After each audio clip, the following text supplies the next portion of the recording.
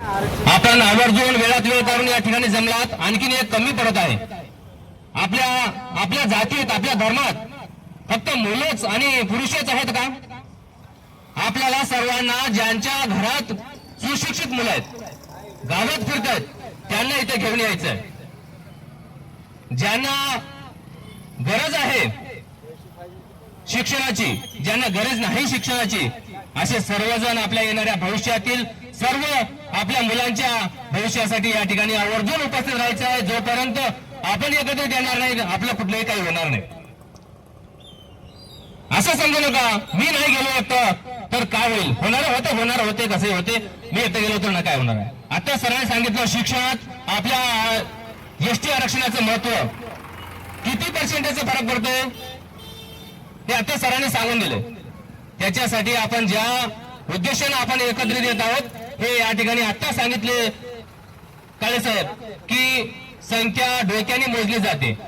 तुम्ही बघितलं असाल आपल्या जालन्याच्या मोर्चेत कॅमेऱ्यात बसले नाहीत, कॅमेऱ्यात बसलेत अशी संख्या आपण या ठिकाणी बघितलं. तर आता आपल्या देगलूरच्या एटीएम ऑफिसला अशी संख्या उपस्थित राहावी अशी प्रार्थनीय इच्छा आहे.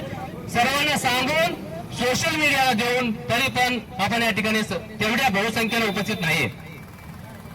आपल्याला संख्येची गरज आहे. आणि कसं आहे माहिती का, जोपर्यंत नस दाबणार नाही तोपर्यंत तोंड उघडणार नाही.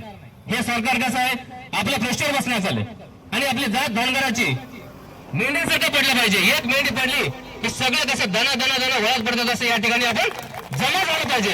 जे वास्तविक आपले गुण आहे ते दिसतच नाही या ठिकाणी.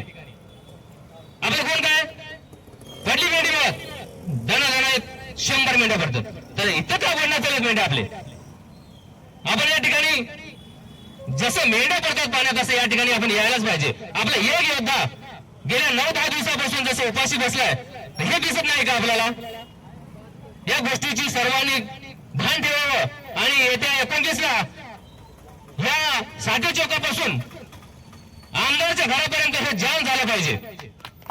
हे मला तुमच्या सर्व जमलेल्या समाजातील बंधू मित्रांना विनंती आहे.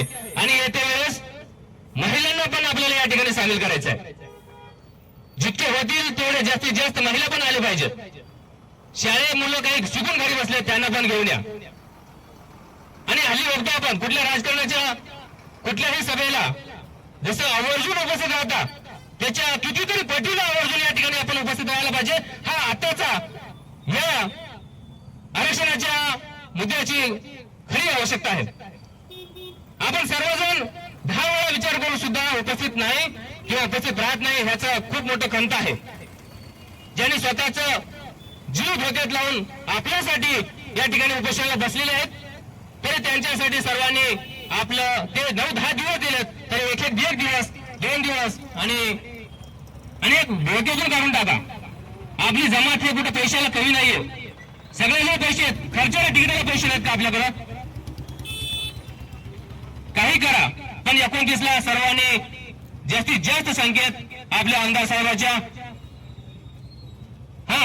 पाठी सांगले आपली एक मेंढीची पिल्लू विकलं तर आपल्याला मुंबईपर्यंत जाऊ शकता आपण. त्यासाठी काही विका पण तुम्ही सर्वांनी या ठिकाणी हजर राहा. काही विका, घरातली ज्वेलरी विकून या, एक वेळची ज्वेलरी जनधान्य विकून या, पण सर्वांना विनंती आहे या ठिकाणी उपस्थित राहा. आपल्याला या काळाची गरज आहे. आता सांगितलं सरांनी शिक्षणाचं महत्व आणि आपलं आरक्षण हे जीवापेक्षा जास्त महत्वाचं आहे. तरी सर्वांनी या ठिकाणी आवर्जून उपस्थित राहावं अशी मी माझ्या इच्छेनं विनंती करतो आणि मी थांबतो. जय मल्हार.